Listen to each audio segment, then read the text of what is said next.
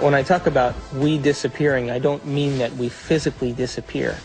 What I mean is that we move out of the area of the brain that has to do with our personality, that has to do with our association to people, our association to places, our association to things and times and events. We don't exist in the associative centers in our brain that reaffirms our identity and reaffirms our personality. For the average person in the world who lives life and considers their life boring or uninspiring is because they've made no attempt to gain knowledge and information that will inspire them.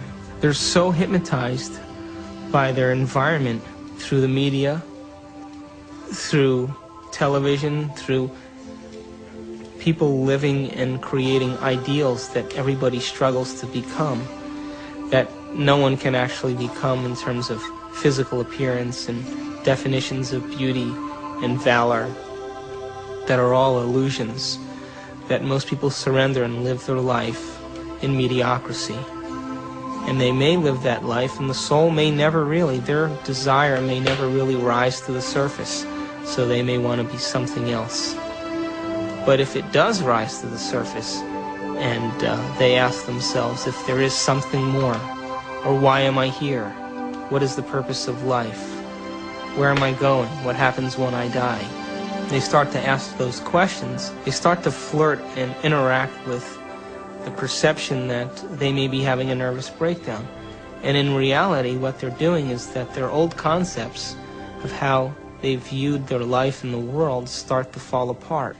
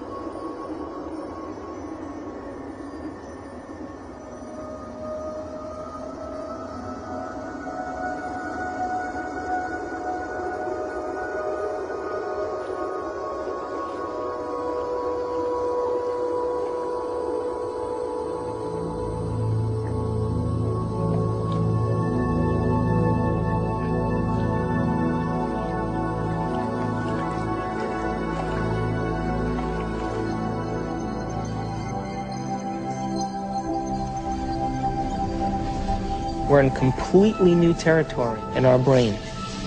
And because we're in completely new territory, we're rewiring the brain, literally reconnecting to a new concept. Then ultimately, it changes us from the inside out. If I change my mind, will I change my choices? If I change my choices, will my life change? Why can't I change? What am I addicted to? What will I lose that I'm chemically attached to? And what person, place, thing, time, or event that I'm chemically attached to that I don't want to lose because I may have to experience the chemical withdrawal from that?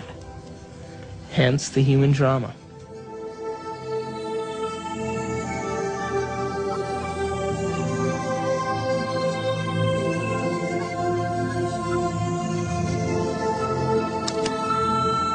Amanda, it's Bob, and I'm just calling to say I hope that you can come tonight. I really want to see you. I really want to talk to you.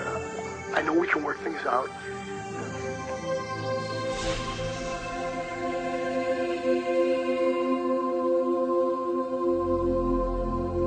It's the only planet in the Milky Way that has habitation that is steeped in enormous subjugation of religion. You know why that is? Is because people have set up right and wrong. If I do this, I'm going to get punished by God. If I do the other thing, I'm going to get rewarded. This is a really poor description that tries to map out a path in life for us to follow, but with deplorable results, because there really is no such thing as good or bad. We're judging things far too superficially that way. Does that mean you're in favor of sin and licentiousness and depravity? No.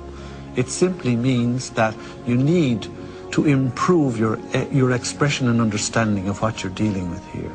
There are things that I do, and I know they'll evolve me. There are other things that will not evolve me. But it's not good or bad. And there's no God waiting to punish you because you did one or the other.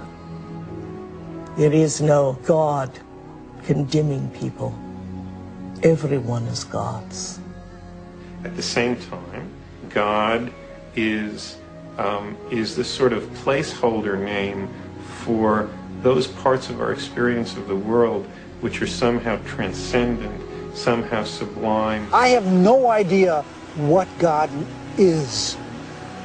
Yet I have an experience that God is. There is something very real about this presence called God. Although I have no idea how to define God, to see God as a person or a thing, I can't seem to do it. It's kind of like asking a human being to explain what God is similar to asking a fish to explain the water in which the fish swims. God is the superposition of all the spirit from all things. You are a God in the making, and you have to walk this path. But someday, you have to love the abstract as much as you love the condition of addiction. The only way that I will ever be great to myself is not what I do to my body, but what I do to my mind.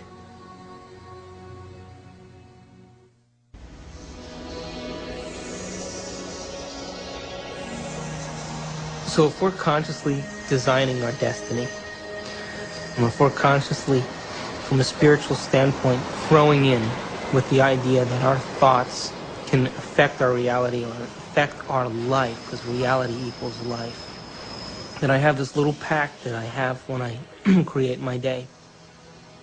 I say I'm taking this time to create my day, and I'm infecting the quantum field. Now, if is in fact the observers watching me the whole time that I'm doing this, and there is a spiritual aspect to myself, then show me a sign today that you paid attention to any one of these things that I created, and bring them in a way that I won't expect. So I'm as surprised at my ability to be able to experience these things, and make it so that I have no doubt that it's come from you.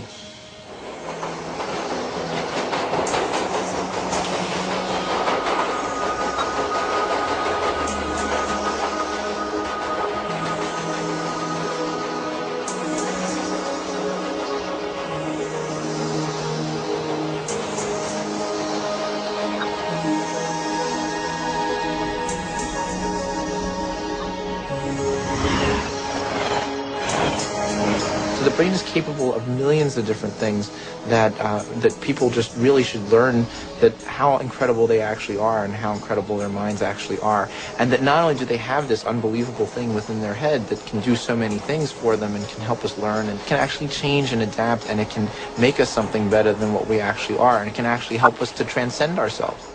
That there may be some way that it can actually take us to a higher level of our existence, where we can actually understand the world in a deeper way, where we can understand our relationship to things and people in a deeper way, and we can ultimately make more meaning for ourselves in our world. We can show that there's a spiritual part of our brain, but it's a part that we all can have access to, and it's something that we can all do.